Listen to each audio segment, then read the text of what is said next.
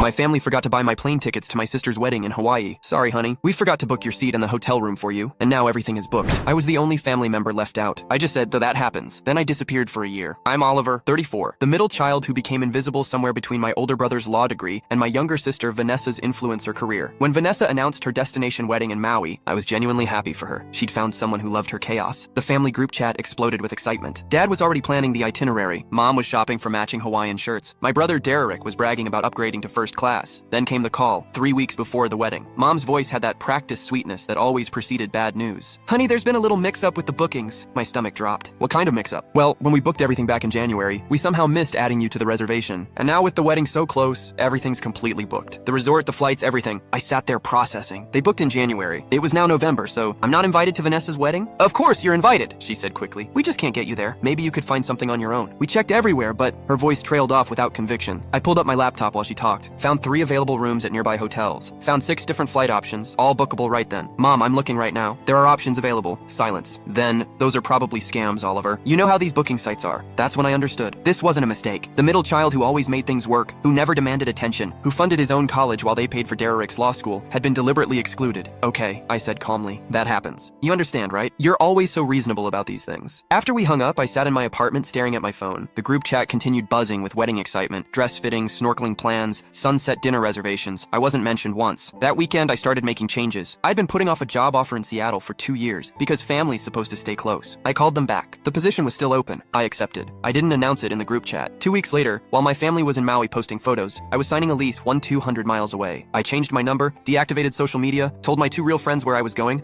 and asked them to keep it quiet. I disappeared. The first month, Mom called my old number 16 times. Then the emails started. Oliver, why aren't you responding? Is this about the wedding? You said you understood. I didn't reply. By month 3, Derek showed up at my old apartment. The new tenants told him I'd moved with no forwarding address. Month 6 brought my birthday. The group chat, I could still see it but had it muted, went silent for the first time ever. Someone noticed I was gone. Month 9, Vanessa's marriage imploded. Turns out destination weddings don't fix fundamental incompatibility. She called my old number crying. The voicemail was about needing her big brother. A year to the day after that phone call, I was sitting in my Seattle apartment when my door buzzed. Building security. Sir, there's a family here claiming to be your parents. Should I send them up? I went down instead. They looked smaller somehow, older. Mom's eyes were red. Dad couldn't meet my gaze. We drove 18 hours, Dad said quietly. We need to talk. I stood there in the lobby of my building, in the life I'd built without them, and felt nothing but tired. You forgot to book my ticket, I said. That happens. We didn't forget, Mom whispered. Vanessa said the resort had a number limit. We had to choose between you and some of her influencer friends. We thought you'd understand. You always understand. I did understand, I replied. I understood exactly what I meant to this family. That's why I left. They tried apologizing, explaining, promising things would be different. But something once broken can't be fixed with words.